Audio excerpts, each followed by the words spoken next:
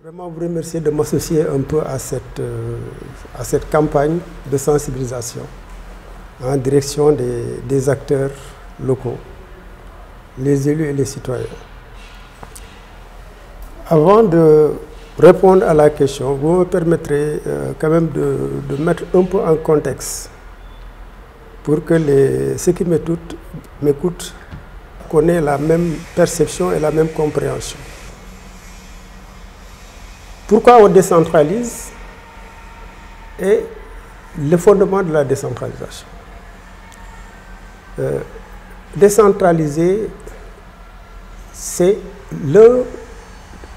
un des moyens d'un gouvernement pour développer des territoires. Essentiellement, c'est ça, donc c'est une politique, comme une politique d'éducation, une politique de santé, une politique numérique. Donc c'est une politique à la base destinée à contribuer à la satisfaction des problèmes des citoyens.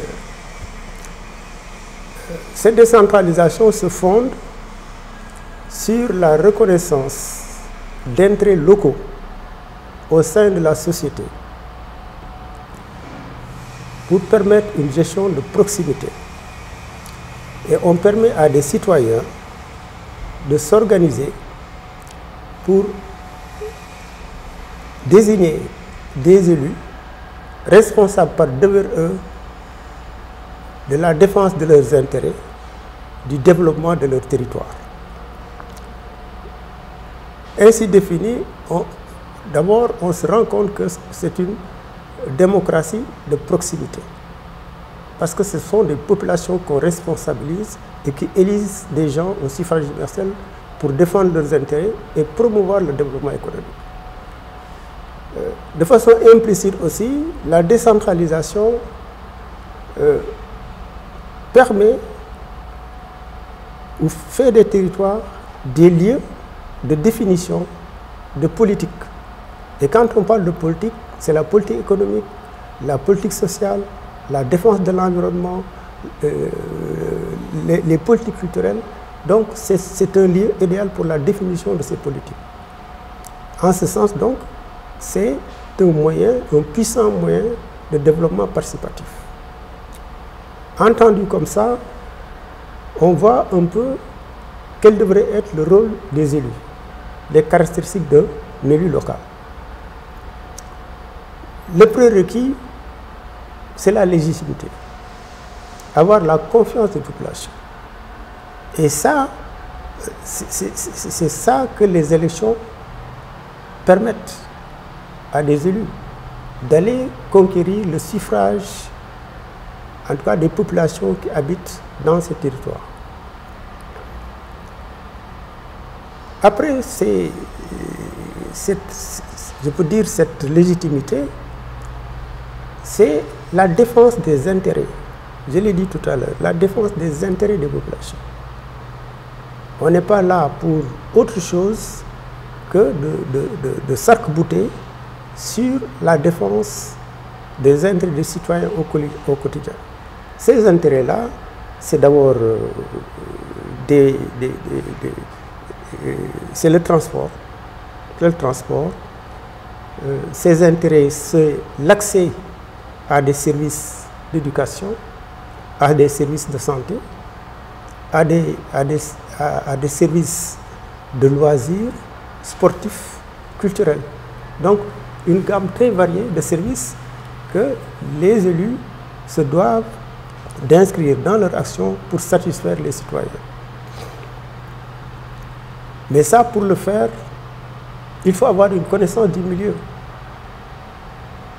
Et la connaissance du milieu, c'est d'être en permanence sur son territoire, c'est très important, mais c'est donner les moyens et les outils d'une connaissance et d'une compréhension de votre territoire.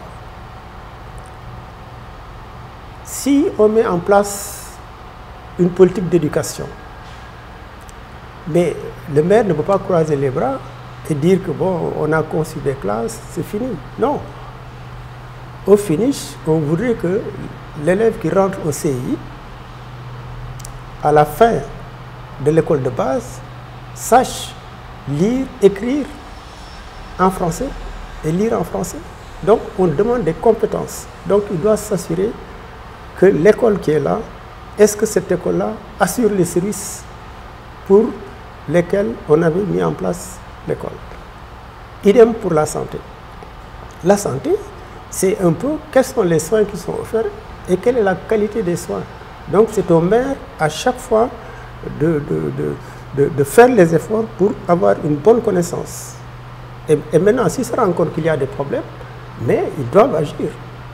Si on se rend compte que les médecins ne fournissent pas les soins de qualité, mais c'est aux élus de les redresser. Donc ils ont un rôle que je trouve crucial et pris dans leur ensemble, on peut dire qu'ils ont de grandes missions. Ces grandes missions-là, c'est d'abord d'élaborer une politique,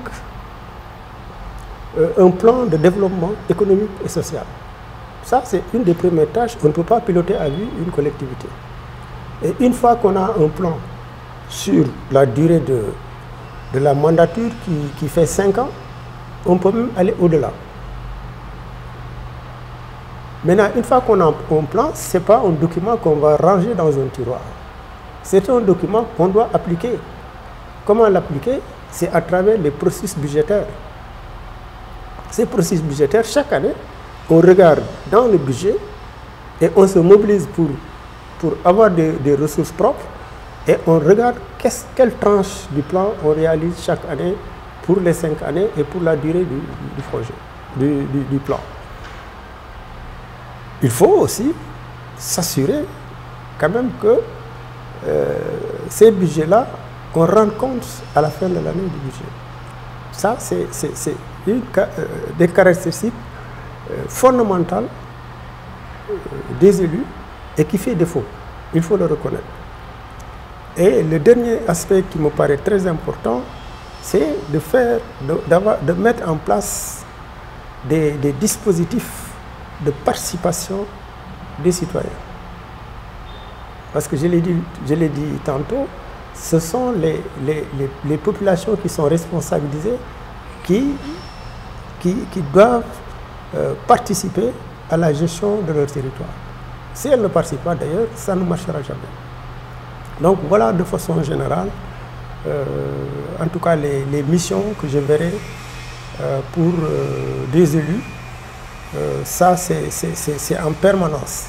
C'est en permanence, en tout cas des missions des élus, pour faire en sorte que, au bout en tout cas de leur travail, qu'ils participent à l'amélioration de ce que j'appelle l'indice de développement humain.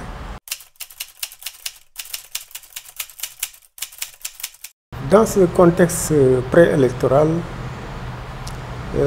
le citoyen, la citoyenne, je peux dire qu'ils ont des responsabilités très importantes.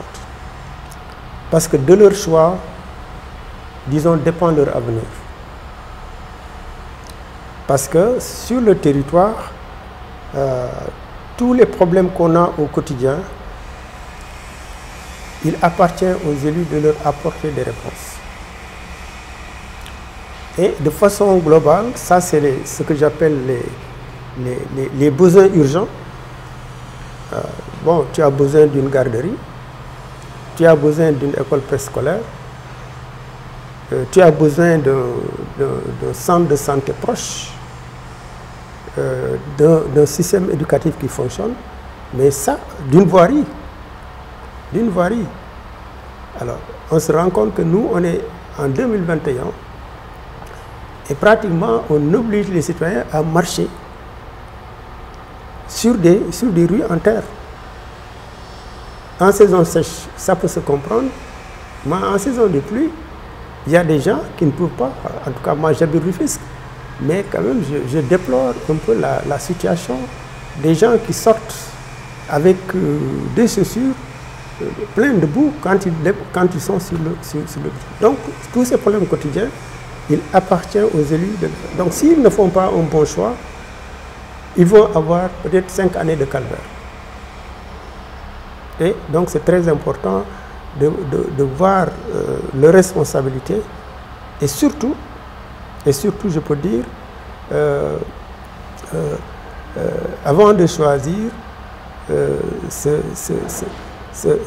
faire le bon jugement pour avoir des élus qui vont être là pour défendre leurs intérêts.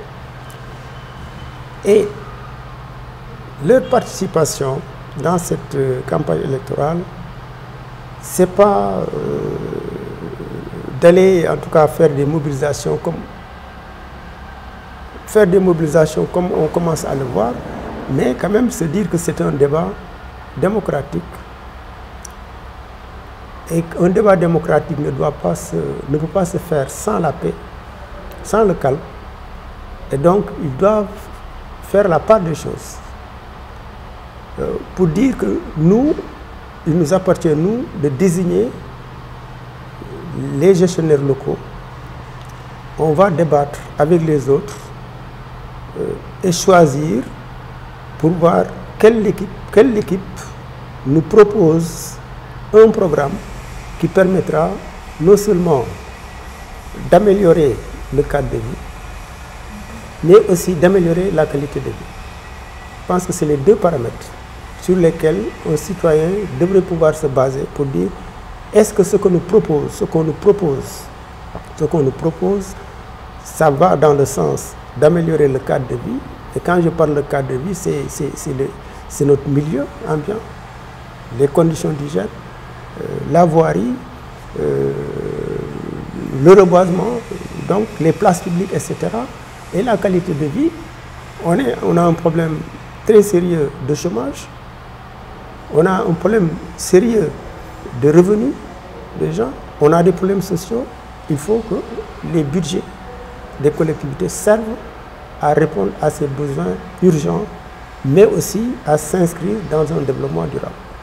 Je pense que ces citoyens, ce qu'on leur demande dans ce contexte, c'est ça. Maintenant, ils doivent non seulement participer au choix, mais pendant l'exercice, ils doivent contrôler les élus. On contrôle citoyen de tous les instants, dans les moments décisifs, orientation budgétaire, décision budgétaire, compte administratif, définition du plan. Ils doivent s'organiser individuellement et collectivement pour exercer un contrôle continu sur la gestion locale.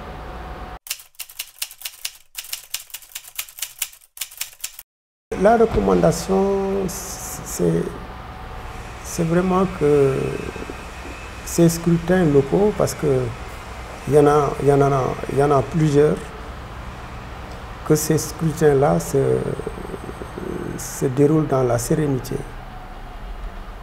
dans la paix, mais surtout que ça soit axé sur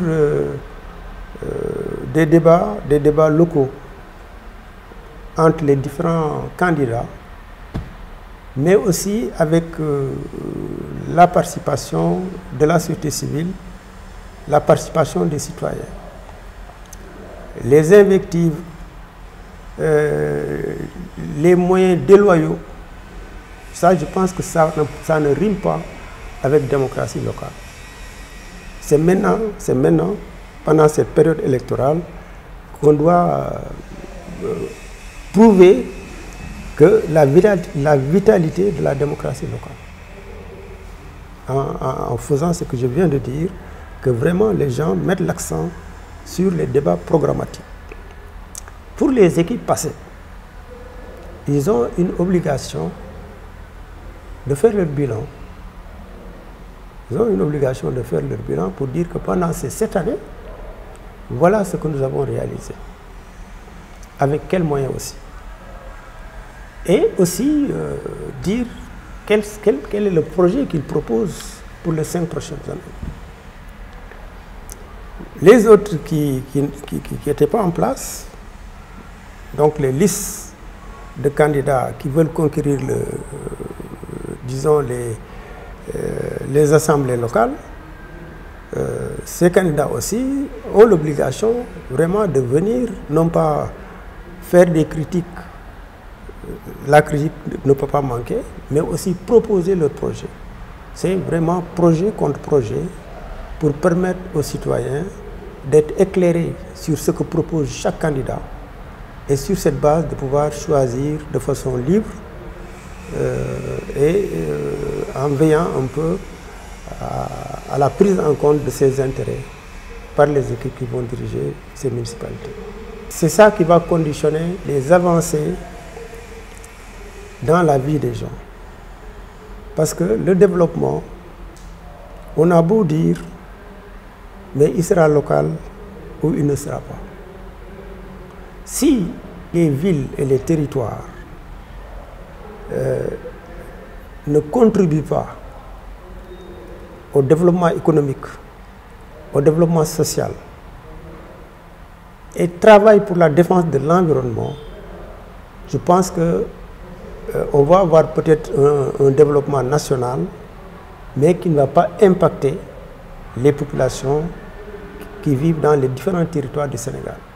Et le développement, il est développement quand il est perçu et vécu là où les gens vivent.